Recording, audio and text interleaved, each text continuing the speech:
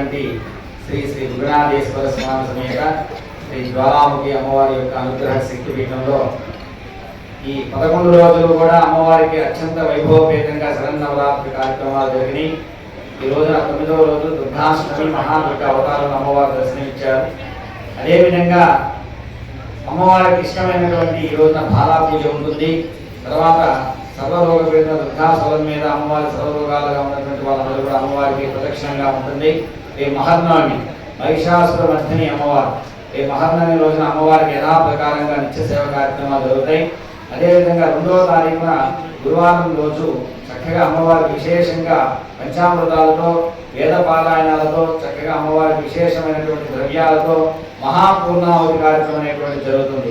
ఈ 10 రోజులు కూడా చేసినటువంటి చండీ యాగంలో 11వ రోజున మహాపూర్ణాహుతి అనేటువంటి జరుగుతుంది. ఈ మహాపూర్ణాహుతిని రాజరాజేశ్వరి అమ్మవారి అలంకారంలో ఉంటారు అమ్మవారు కనుక 12 గంటలకల్లా మహాపూర్ణాహుతి కార్యక్రమం ఉంటుంది. కనుక పరిసర ప్రాంత భక్తులందరూ కూడా అమ్మవారి అలంకారాన్ని అమ్మవారి యొక్క సేవను దర్శించి అదేవిధంగా చండీ హోమంలో పూర్ణాహుతిలో పాల్గొని అమ్మవారి తీర్థప్రసాదాలు స్వీకరించి అమ్మవారి కృపకు పాత్రలు కావాల్సిందిగా ఈ పేరు తరఫున చెబుతున్నాం. జై జ్వాలాముఖి.